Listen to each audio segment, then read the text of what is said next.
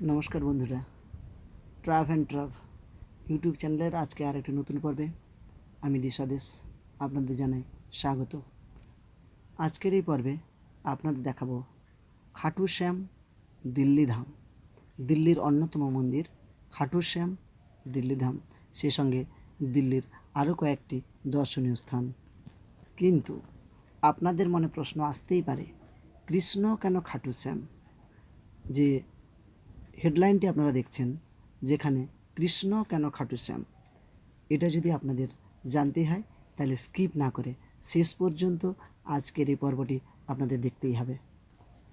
মহাভারতের অন্যতম একটি ছোট কিন্তু গুরুত্বপূর্ণ চরিত্র বর্বরিক।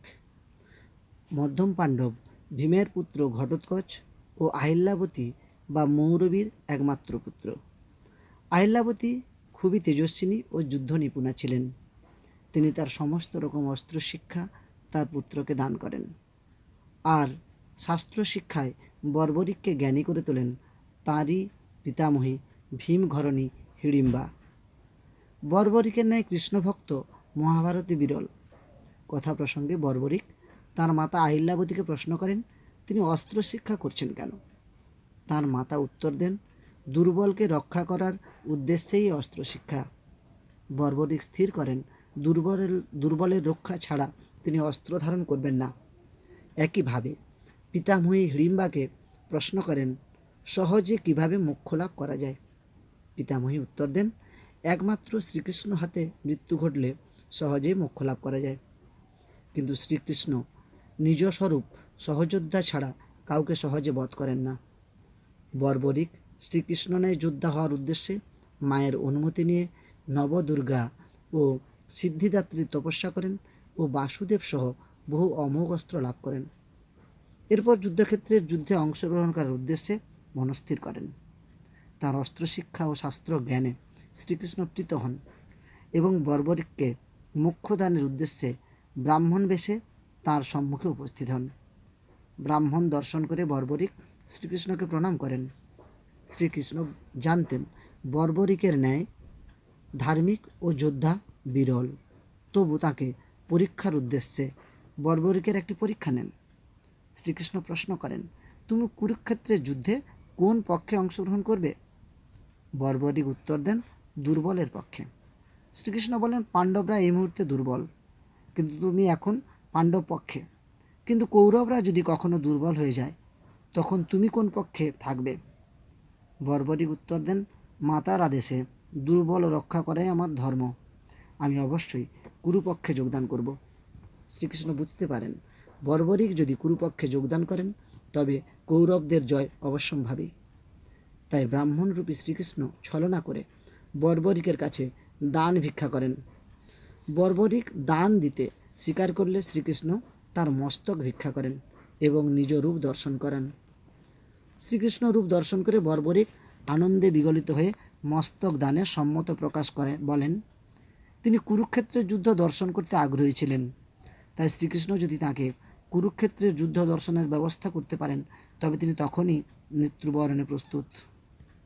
শ্রীকৃষ্ণ বর্বরিকের বচনে সন্তুষ্ট হন এবং বরদান করেন যে বর্বরিকের কাটা মুন্ড জীবিত অবস্থায় কুরুক্ষেত্রের যুদ্ধ দর্শন করবে এবং কলিযুগে বর্বরিক খাটু শ্যাম নামে শ্রীকৃষ্ণ রূপে পূজা গ্রহণ করবে।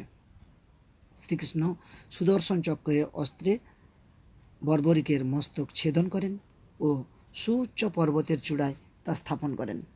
সেখান থেকে বর্বরিকের মস্তক কুরুক্ষেত্র যুদ্ধ দর্শন করেন। তিনিই তৃতীয় ব্যক্তি যিনি শ্রী অর্জুন শ্রী হনুমানের সঙ্গে মদ্ভাগবত গীতা শ্রবণ করেছিলেন এবং শ্রীকৃষ্ণের বিশ্বরূপ দর্শন করেছিলেন। সেই থেকে বর্বরিকের কাটা মস্তক খাটু শ্যাম নামে শ্রীকৃষ্ণের ন্যায় কলিযুগে পূজা গ্রহণ করে আসছেন। তারই অন্যতম একটি মন্দির দিল্লির খাটু শ্যাম দিল্লি ধাম।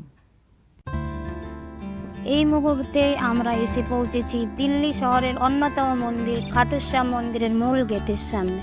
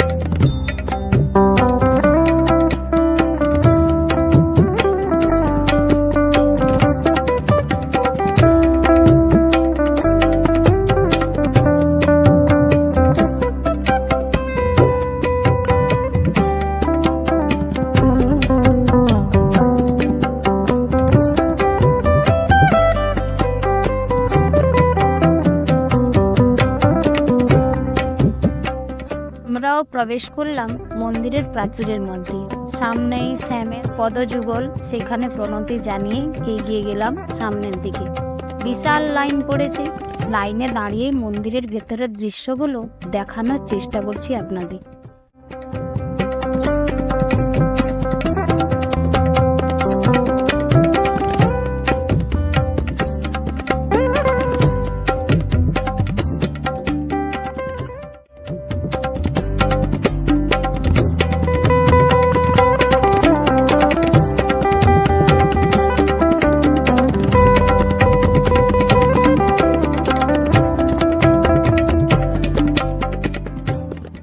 সামনে দেখতে পাচ্ছি নারকেলের পাহাড়।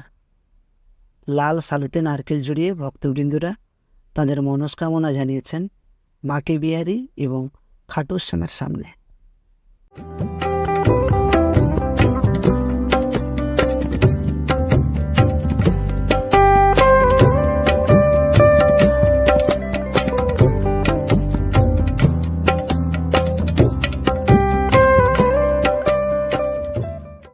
এখানে বাঁকে বিহারীলাল দোলনায় ঝুলছেন অনবরত, আর ভক্তরা তাকে দুলিয়ে চলেছেন মনের সানন্দে।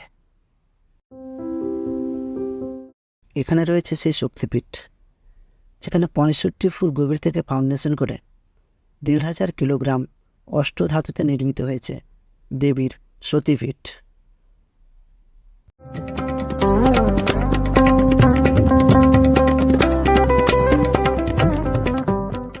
বাঁকে বিহারী দর্শন, সতীপীঠ দর্শন, মন্দিরের অন্যান্য অংশ দর্শন করতে করতে লাইনে দাঁড়িয়ে দাঁড়িয়ে আমরা একটু একটু করে এগিয়ে চলাম খাটু শ্যাম মন্দিরের মূল অংশ, যেখানে খাটু শ্যামের মূর্তি রয়েছে সেই দিকে। এখানে ভগবত গীতা সামনে সুরক্ষিত অবস্থায় সজ্জিত রয়েছে এবং মন্দিরের পুরোহিতগণ নিষ্ঠা ভরে খাটু শ্যামের মন্দিরে পূজা অর্চনা চালিয়ে চলেছেন অনবরত।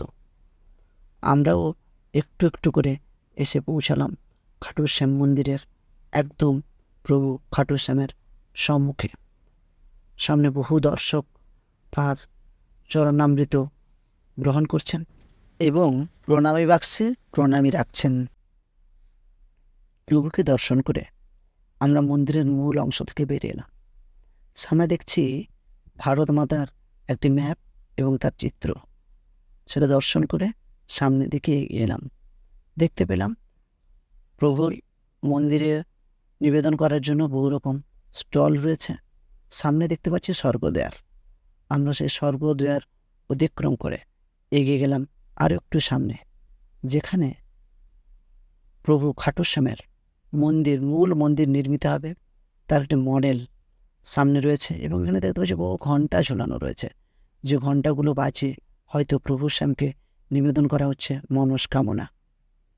আমরা সেগুলো দেখতে দেখতে আরও একটু এগিয়ে গেলাম। এখানে বহু মানুষ ছবি নিচ্ছেন, ছবি তুলছেন, সেলফি নিচ্ছেন। ঠিক তারপরেই দেখতে পাচ্ছি দেব দানবের যে সমুদ্র মন্থন হয়েছিল, সে সমুদ্র মন্থনের একটি চিত্র। ওটা পেরিয়ে গেলে সামনে গিরি গোবর্ধন, বৃন্দাবন লীলার শ্রীকৃষ্ণের আরেকটি লীলা গিরি গোবর্ধন। আমরা গিরি গোবর্ধন দর্শন করে বেরিয়ে গেলাম গোশালার দিকে। অনবদ্য এই গোশালা, বহু প্রজাতির গাভী রয়েছে গোশালাতে। এমন সুন্দর এবং এত বড় গাভী বোধহয় আমি আগে দেখিনি। দেখে মন ভরে গেল। প্রত্যেকটা গাভী কি সুন্দরভাবে এখানে পরিচর্যিত হয়। দেখতে দেখতে আমরা এগিয়ে গেলাম আর একটু সামনের দিকে।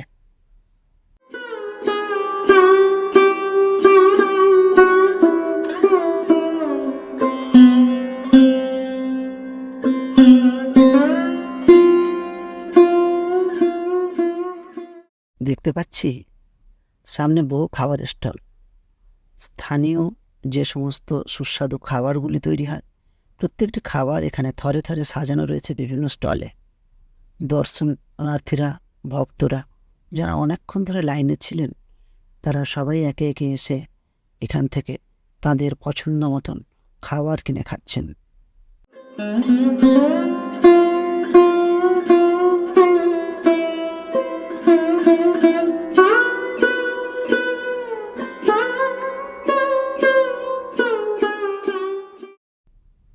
এই সেই ঘন্টা 800 কেজি অষ্টধাতু দিয়ে নির্মিত।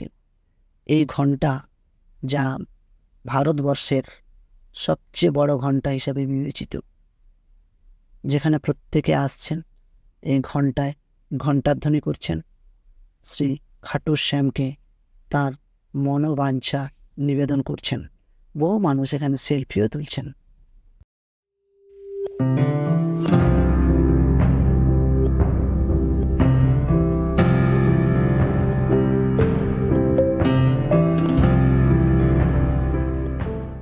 এইসব দেখতে দেখতে মনে একটা অদ্ভুত প্রশান্তি নিয়ে আমরা যারা এই খাটু শ্যাম মন্দিরে এসেছিলাম, আমরা সবাই এগিয়ে গেলাম বাইরের ফটকের দিকে। মনে আজকে বেশ একটা অনন্য অনুভূতি, যে অনুভূতিটি শেয়ার করলাম আপনাদের সঙ্গে।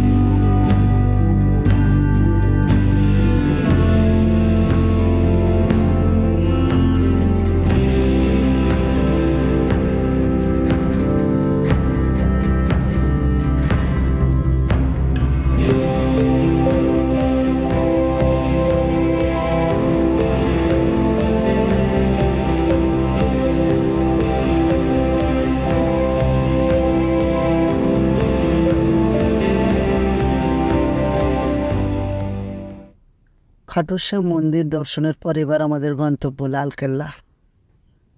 লালকেল্লার উদ্দেশ্যে এগিয়ে চলেছি। খাটু শ্যাম মন্দির অনেকটাই দেরি হয়ে গেল, বিকেল অনেকটাই গড়িয়ে গেছে। জানি না লালকেল্লার মধ্যে ঢুকতে পারবো কিনা। অনিশ্চয়তার উপর ভর করে এগিয়ে চললাম লালকেল্লার উদ্দেশ্যে।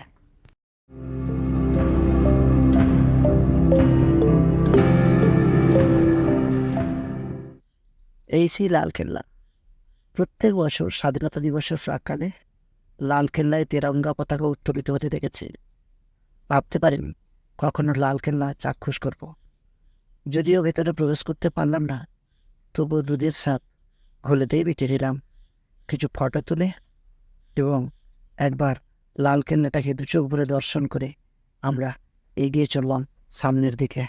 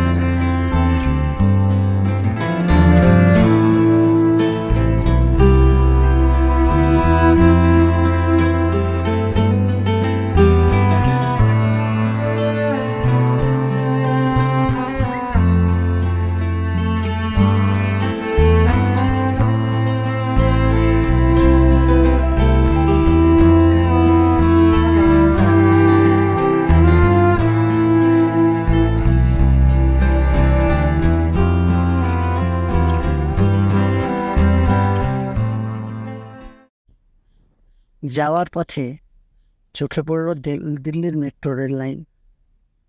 সুন্দর শহরের ওপর দিয়ে ওভারব্রিজের মাধ্যমে তৈরি করা হয়েছে মেট্রো রেলের লাইন। মেট্রো লাইন দেখতে দেখতে ভাবছিলাম একটা মেট্রো ট্রেন কি দেখতে পাবো। চোখে এসে পড়ল সেরকমই একটা অনির্বচনীয় মুহূর্ত, যেখানে আমরা নিচ দিয়ে যাচ্ছি আর উপর দিয়ে চলছে মেট্রো রেল।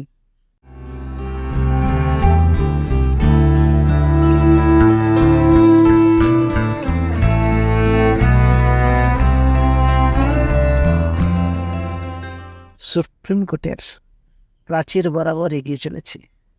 বাম দিকে রয়েছে সুপ্রিম কোর্ট, তার গা দিয়ে আমরা এগিয়ে যাচ্ছি সামনের দিকে। হাতে যেহেতু সময়টা অনেক কম, ট্রেনের তাড়া রয়েছে, তাই দাঁড়িয়ে সুপ্রিম কোর্টের একটা পূর্ণাঙ্গ ছবি আপনাদের সামনে তুলে দেব, সেই সৌভাগ্য ঘটল না। যাই হোক, যাওয়ার পথে যেটুকু ছবি দেখতে পাচ্ছি গাছের ফাঁকে ফাঁকে, সেটুকু আপনাদের সামনে তুলে ধরলাম।